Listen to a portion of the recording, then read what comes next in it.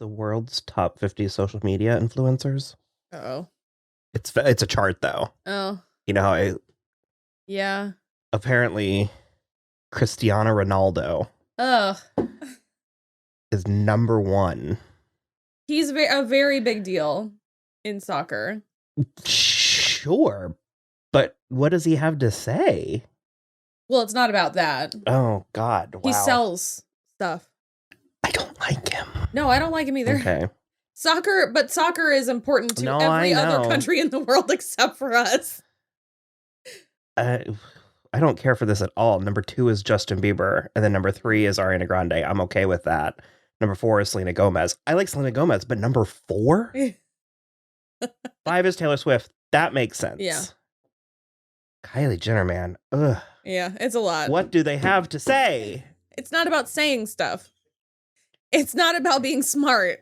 It's not even necessarily about smart. It's about perspective. No, it's not about that. What? It's not about that. They're selling stuff. That's what an influencer is. I actually watched this really good documentary about how Paris Hilton, it was about Paris Hilton.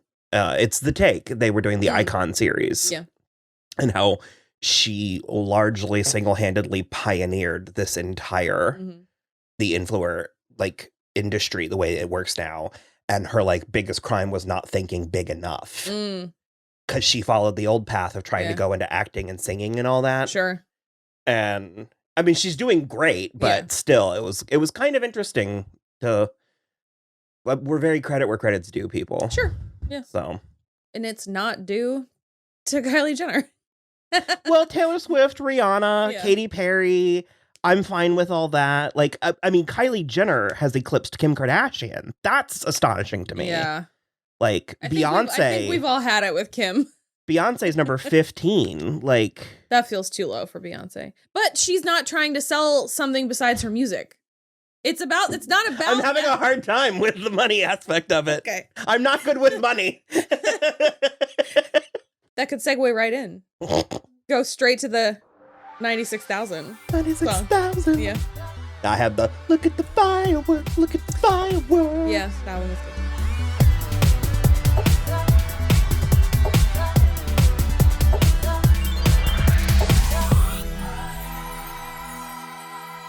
Hello, everybody. I'm Will. I'm Kristen. And this is I'm Watching This Show, your twice-weekly pop culture podcast where we talk about movies, TV, music, and more. And as always, this is a spoiler show, so you have been warned. On today's episode, we are going to talk about the 2020, I guess, 2021. 2021 is what they're saying. 2021 film adaptation of the 2005, I think, Broadway musical In the Heights. Ago, yeah. In the Heights.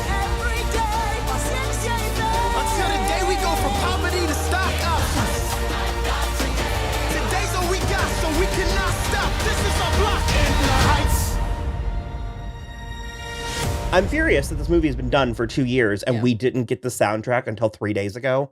I had nothing but the good morning, Usnavi. That was all we had to go on. That could have, I mean, granted, the Broadway cast album was there, but they always change it, and I don't want to fall in love with inflections that aren't there. Yeah. But how we're in the year 2021 and they're still releasing musical soundtracks after the movie. I mean, I guess... We could have done it, 2 weeks ago. That would have been enough time. Well, and I was going to say, I guess there's something to be said for spoilers, but half the time it's you don't know who's singing. Also, sorry, I saw every single twist coming. I was going to say that. Yeah. I was going to say. Twist is also a really generous term. Well, I was going to say that it was really predictable, but I don't like the impression or I don't like. I don't mean to imply I didn't like it. I just, it's not, this is not top tier English degree writing. You know what I mean? There was not a thing that happened that I wasn't storytelling. The writing was actually exquisite. Yeah. That makes it sound negative that it was predictable. And by that, I think it's not so much that it was predictable as much as it hit all the beats. Yeah. It did everything. It followed a very wanted and needed. Tried and true story. Conventional. Yeah. Which is nice for something that's already, this is La Boheme, and it's just kind of a Latin version of that. It's not to say I didn't like it. I really enjoyed this movie, but to go back to your original point about having the soundtrack come out sooner, it would have really helped me understand any of the songs because the sound mix on this movie was straight trash. I loved this movie. I did too, but that was so frustrating in the theater. I couldn't understand like 40% of the English words that were happening because the music was so the mixing, much you're talking about the louder than the dialogue. So I did end up watching this on HBO Max. I had every plan to see it in the theaters. I might still. The jury's still out. It was so empty yesterday. Ugh, really? There were like 10 other people in the theater with us. No, I did watch it on HBO Max.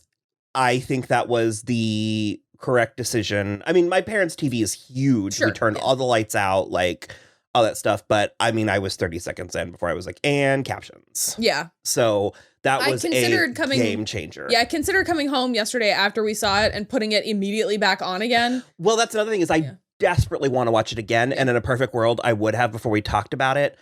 But the way the timing works, I didn't have the chance without literally immediately watching it again. Yeah. And I wanted to absorb it first. Yeah. I get it.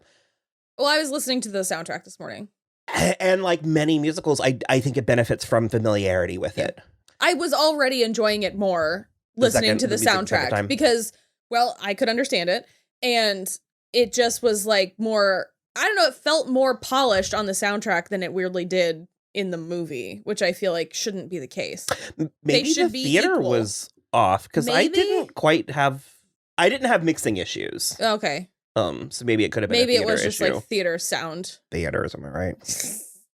I don't know. I desperately love theaters, but like I've now been back to shit together. I've been back to the movies 2 times in 14 months, and both times I just was kind of like, well, okay.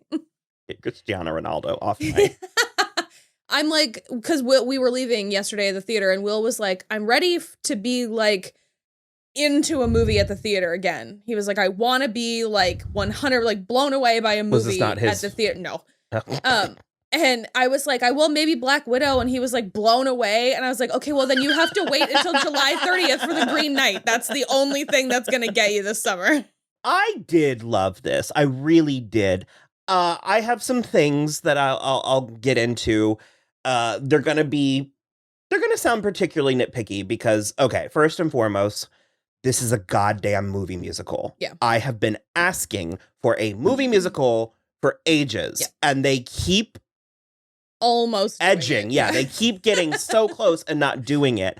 And I'll go into detail if you don't understand what I mean by that. But having said all of that, this even still, this just barely did that for me. Because there are 2 specific moments in this movie, 3, I guess. Where it's a full fantasy? Yes. 3, where there's like full fantasy, hardcore, crazy fantasy elements. And it's when Vanessa's walking on the streets and the fabric is coming off the buildings, and it's the grandmother's song, and it's when Nina and Benny... the sunrise. Yeah, Nina and Benny are on the side and the top of the building. That's not enough for a 2.5-hour movie. There should have been like way more moments. Which there are flourishes that I thoroughly enjoyed. The manhole cover, the chicka chicka chicka. That was pretty good. The writing in the air was really pretty good too. During the 96,000 song. There were, and I mean the full Busby Berkeley production number in the swimming pool. There were lots of, but not fantasy. I really wish that they had gone over it with like a digital fine-tooth comb. Ooh. Because this was filmed in real locations, and so much of that I think was right and necessary and good. However, it was overcast and raining when they filmed the pool scene. Yep. And you can tell from the bounce boards and the gray sky, and I wish they had cleaned the sky made it. Yeah. Especially the way that this movie is framed. It feels like a story that he's telling from that it's obviously from his own past, so it's not that far ago, but it's coming from a very nostalgic place. And so I really wanted a lot more of it to feel really heightened with like rose-colored nostalgia glasses. In the Heights? Yeah, and it's and I love that it is, because I don't want anything like airbrushed out of existence. Like, no. I think it should look like the neighborhood and everything, but I really was hoping that it would be a lot more like he was really like living this charmed life, and it's sort of like a what could have been kind of thing. I think there needed to be a few more glimmers. Yeah, 100%. And like I said, because it was so grounded. close. Well, but also the few times they got there enough. Like the look at the fireworks; those fireworks needed to be amped up, bumped up for sure. Yeah. And I love. In total fairness, a 14-year-old kid was setting them off in the streets. So I But I did love that they were filming this on city blocks, because this could have been so claustrophobic. Yeah. They could have built a soundstage. I mean, I'm trying to see how long either of us can go without throwing Rob Marshall under the bus. But although he's one of the ones that insists on putting things in reality when they shouldn't be. So either or, but yeah. But I do agree with that, because I was while we were watching it, actually, I was trying to imagine what this would have felt like on Broadway. And I was like, I was like, I don't want it. No, I really thought I thought so much of it soared. Yeah. I totally agree. I have issues, but in my opinion, I feel like they're nitpicky issues. Absolutely. I love that it was this just sweeping odyssey. Yeah. I feel like I watched a season of television. It was a lot. A lot did happen, and it spanned time. Yeah, a whole summer. Yeah. It's a long movie. I was aware of the length. I'm not going to go as far as to say that I didn't like it or think it should have been different, because it covered so much ground. I was only aware of the length at the very end because I had to pee a lot and I didn't want to miss anything. There was a point where I was like, oh, this is intermission. Yeah. And I was like, okay. But I really, really, really appreciate Lin-Manuel Miranda, and then who he had a writer. Oh, her name's Kiara, I think. Yeah. She did the story and she did this. She did the book. Okay. Yeah, and then she wrote the screenplay. Chiara Allegria Hudis, I want to say. I'm not sure. I love the ambition. I mean, we have two sets of lovers in this. Two sets of star-crossed lovers. Yeah. So, I mean, they were really going. Yeah. When I was actually trying to break down, and this is a sign that two sets of star-crossed lovers, and then 5 dead moms. Which was a little crazy. It was like a Disney matinee. Yeah. A Disney double feature. You can tell I enjoyed it because I literally knew all their names. I never remember the characters' names. But there's Usnavi, there's Vanessa, there's Benny and Nina, there's Sunny, there's I loved Sunny. Abuela. There's the Sirens. The Salon Girls. Yeah. Yeah. Daniela and I don't know, Kaka was one of them. I think it's probably Kucha and Carla. Okay. And Carla, Daniela, and it's Dasha Polenko, who's on Orange is the New Black. And Stephanie Beatrice. Carla. Yeah. And apparently Gabrielle Ruiz from Crazy Ex-Girlfriend was on Broadway. Oh. She did it on Broadway. Okay. But they were fun. Daphne Rubin-Vega, God bless her. Yeah, I was going to say, wasn't she the one that was, what's-his-face's mom on Katie Keene? Was she? Jorge's mom. Was that? Yeah. I think it was her, yeah. Because we saw her recently last year, because she was also in Wild Things. Yes. And she's from Rent, which, I mean, gun to my head, I'm choosing this every single time. Yeah, no, I don't. I don't like Rent. But it's a similar type thing. No, I knew their names, and it's funny because I didn't realize that the other writer was female, because I was like, Lin-Manuel Miranda writes women well. He does. Also, did you know because you didn't go to the theater, so you didn't have the I started sobbing in the movie theater because the three of them, Lin-Manuel and her, and then John Chu, all did this welcome back to the movies. We're so glad that in this terrible time you've come together to see this beautiful moment of unity with blah. And I was like, oh my God. I was like, thank you. It was horrible. I also got a little misty when we saw Maria Menounos again. Because we got there early enough yesterday. So what did you think of the story? It was fine. I mean, it's not... There were parts of it that I liked better than other parts of it. Some of this... Will actually made a comment where he was like, every time one of those girls got on stage, I knew we were about to bring it, the momentum to a screeching halt, because they were always so sad. All their songs were really sad. Oh, the leads. Yeah. Oh, okay. No. the salon girls, that was great. Yeah. But like Nina and Vanessa, he was like, oh, here comes another downer. And I was like, kind of. What is Nina's song where she keeps talking about how like, but I don't mind, blah, blah, blah, but I don't mind. And by the end of it, I was like, I think you should start minding. I think you made me mind a little. Yeah. You should start working on that. Yeah.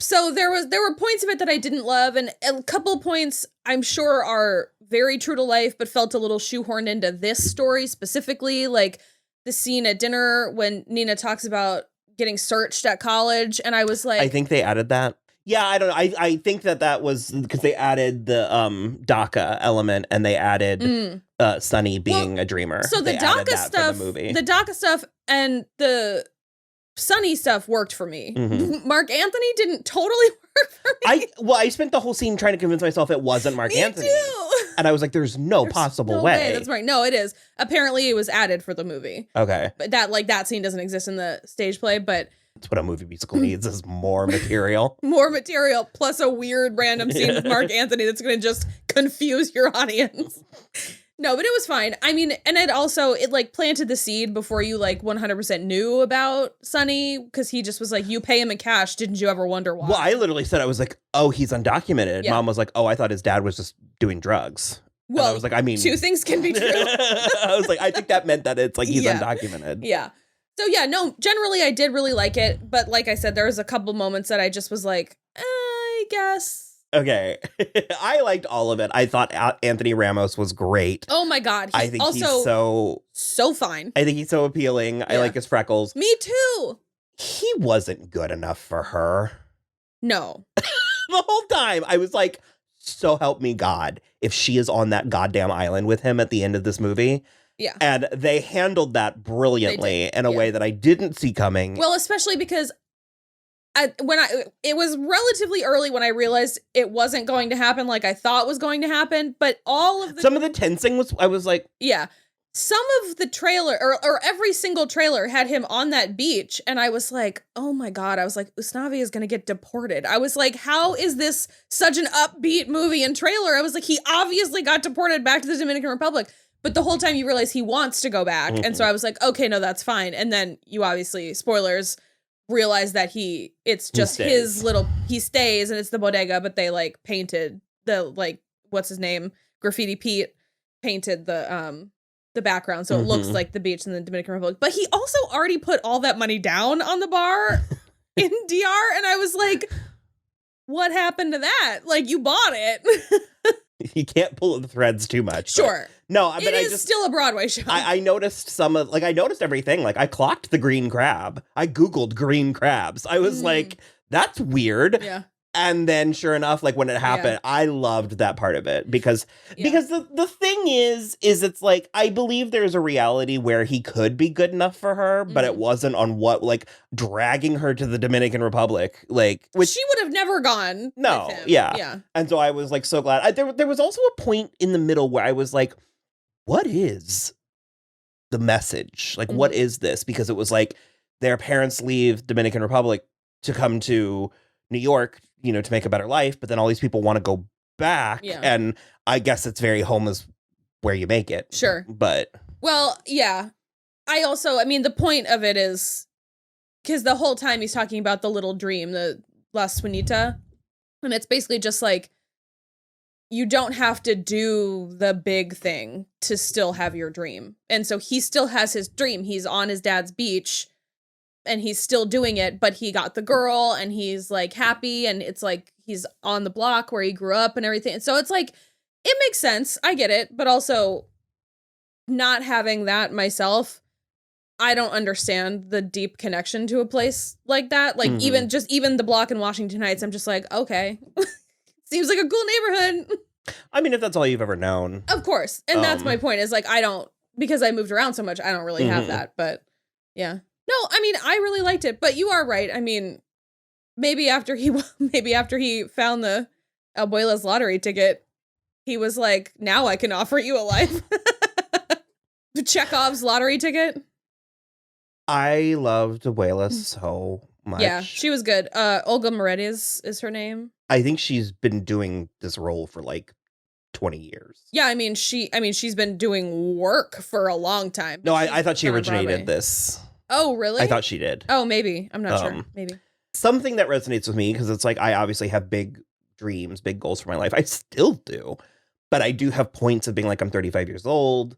You know, this is what I have. And at the end of the day, that's not bad. Like at the end of the day, like, and especially I like to play this game where I'm like, historically speaking, you know, we're doing great. Yeah, we're doing we're doing like so good. But I do like that melancholy of, you know, having dreams, nurturing dreams, knowing when to stop, knowing when to pause, knowing when to quit. I mean, it was all very interesting.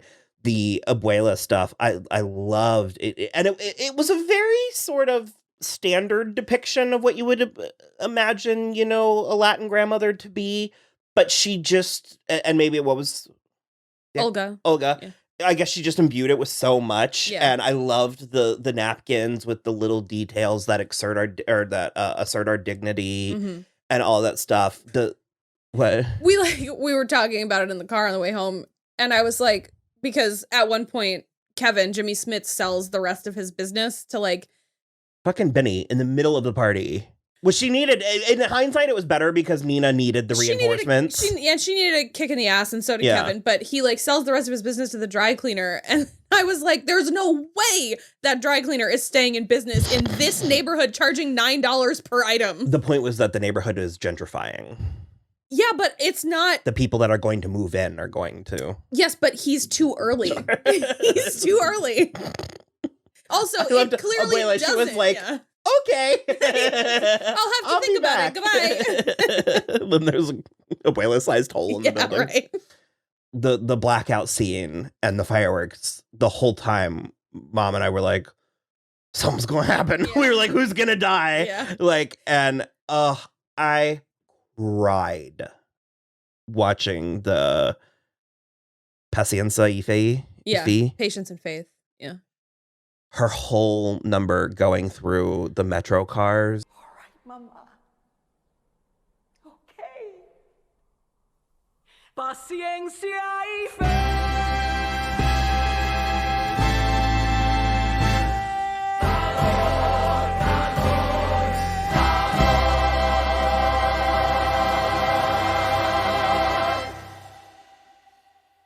Was wildly good, and that was one of the 3 moments that I was like, oh, this is like a fantasy musical. I was like, this is what it's like. But then I definitely felt really ripped out of that moment when they cut back to them finding her body and calling 911. I didn't. It was a lot. So often when people are making an adaptation is an adaptation. It's not a 1-1. Right. And people focus so much on that, on trying to capture exactly what it was on one medium into another.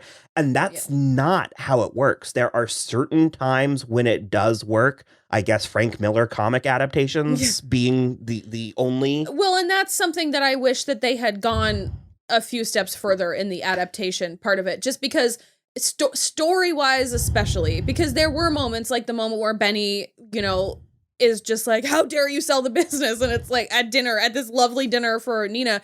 And there were a couple moments like that after the blackout. And Vanessa is like, you left me. You're a dirtbag. And I just was like, he was. Well, it was like a very fraught situation. And so it was just, there were a lot of moments where like that, where I was like, this came out of literally nowhere. And like, that's the kind of stuff that like the pacing of a movie operates differently than the pacing of a theater show. So I guess pacing is fine. I'll give you that. I was going more with the fact that they were taking advantage of the language of cinema. That for sure. Like, that I have no issues with. And far too often, I think musical adaptations are you take something from the stage and you put it on a different stage and you just film it. And that's not what that's definitely not. The scene with Benny and Nina on the building. Oh my God, amazing. It was when the sun goes down.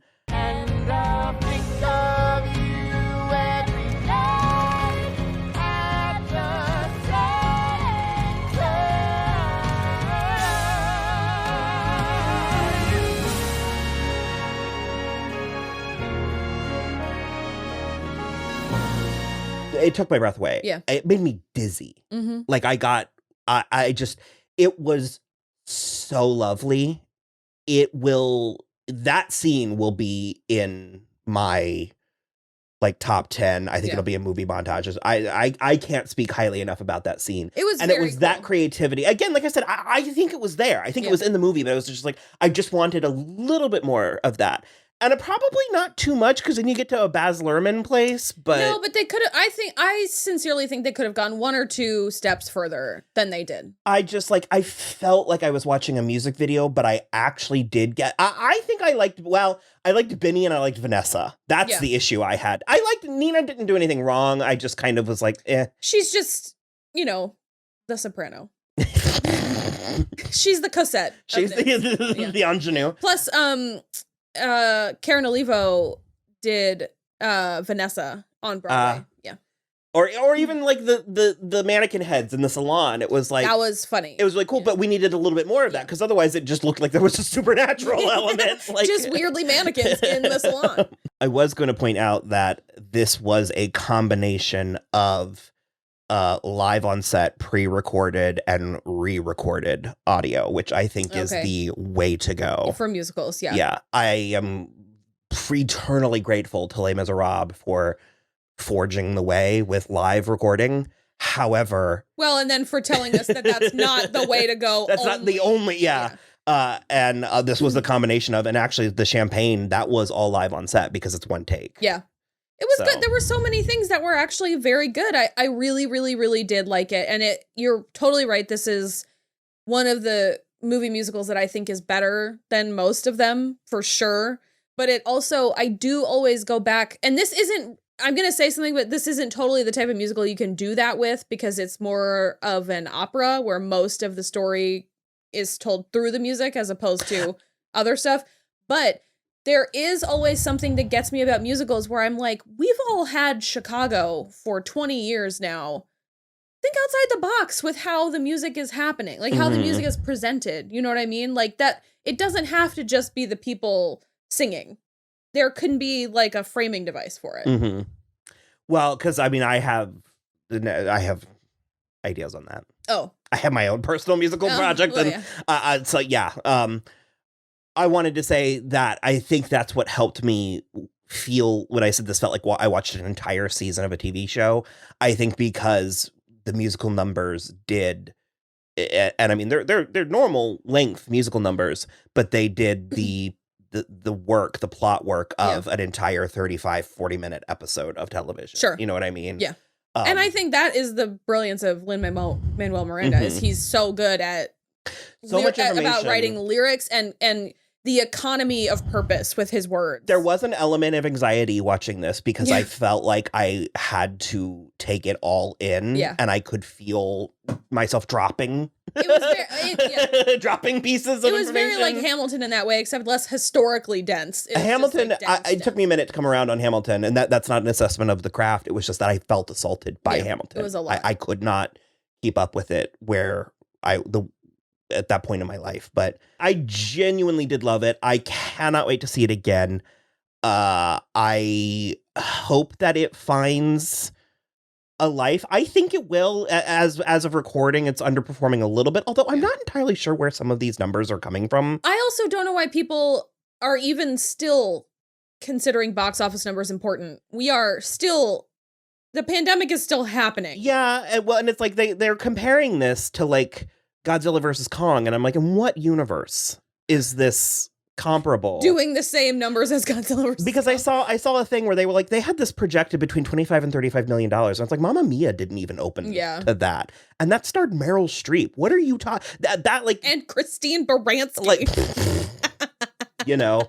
that box office draw. That's the thing people are talking about, all the unknowns. I'm like, I know who half of these people. I was like, Jimmy Smits is in this. That's actually funny. There's actually a ton of Brooklyn Nine-Nine connections to this because Stephanie Beatrice obviously is on the cast. Lin-Manuel Miranda plays one of Amy's brothers. Jimmy Smits plays her dad. And then Olga plays Stephanie Beatrice's mom on the show. So there's like so many Brooklyn Nine-Nine people that are like in the movie too. So, yeah, I loved it. And especially because I think this is, if not his first musical, it was certainly his first big hit. And I mean, those are bound to be a little bit like Womp womp. That's the thing. That's the thing. I meant to say that earlier. Did I have some issues with the story? 100%. Was this Lin-Manuel Miranda's, like, first Broadway show? Also, yes. Those two things correlate. Yeah, he's become a stronger writer, in my opinion, as he's gone. And I don't have any problem And I with think that. this is the kind of thing... This is also deeply personal to him, so it's probably a lot more emotional than he was, like, technically working on. And again, like I said, I felt like I was absorbing. Like there was like a cultural osmosis where I like actually we rewound and watched the scene where Usnavi was on the island and he started listing all the like Latin like women like artists and stuff, and they added Sonia Sotomayor, and I just was like, I need to see that again. Listen and repeat after me. Chita, Rita, Frida, Celia, Dolores, Isabel, Sandra, Julia, Rigoberta, Mirabal. Ready? Yes.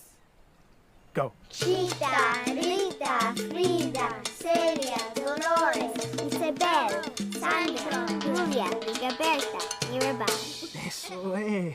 Plus Sonia, Supreme Court Justice. Come on. Let's go. Thank you. That little girl was So pretty. precious. She was so I pretty. can't stand it. So cute.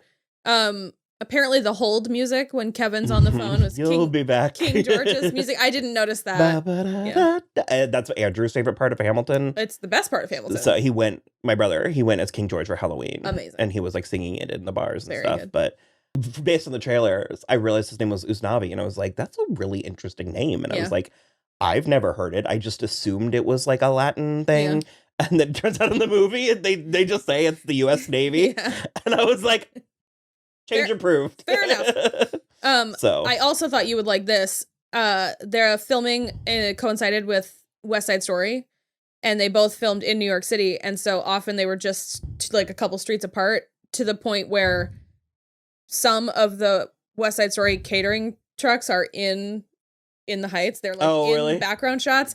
And apparently Lin-Manuel Miranda did Spanish translations for West Side Story in 2009, and he snuck over to their set so that he could watch them doing Maria. Oh. And I was like, that's amazing. Before we go, did I mention Benny? Corey Hawkins? Corey Hawkins. Yeah. I liked Benny. He was my favorite. Benny's great. Did we make you watch Straight Outta Compton? Yeah. Yeah, he's Dr. Dre. Yeah. I knew he was familiar, Yeah. but I loved his like little radio song in the beginning. Oh my God, so cute. I liked that one a lot. Okay, we got traffic on the west side. Get off at 79 and take the left side. Or Riverside Drive, you might slide. Weston's your best friend if you catch Benny was my favorite. Yeah, Benny was really cute. I think I liked Sunny. When Sunny and Graffiti Pete are having the conversation about the crab at the very end, in the background, you're not even looking at their faces because Usnavi and Vanessa are moon eyes at each other. And he just in the background, he's like, I did the crab. And Pete is like, nobody cares about the crab. And he's like, that crab is amazing. And it's like really bad. And he's like so proud of the stupid crab. I loved it. It was really cute. Yeah, well, that was In the Heights.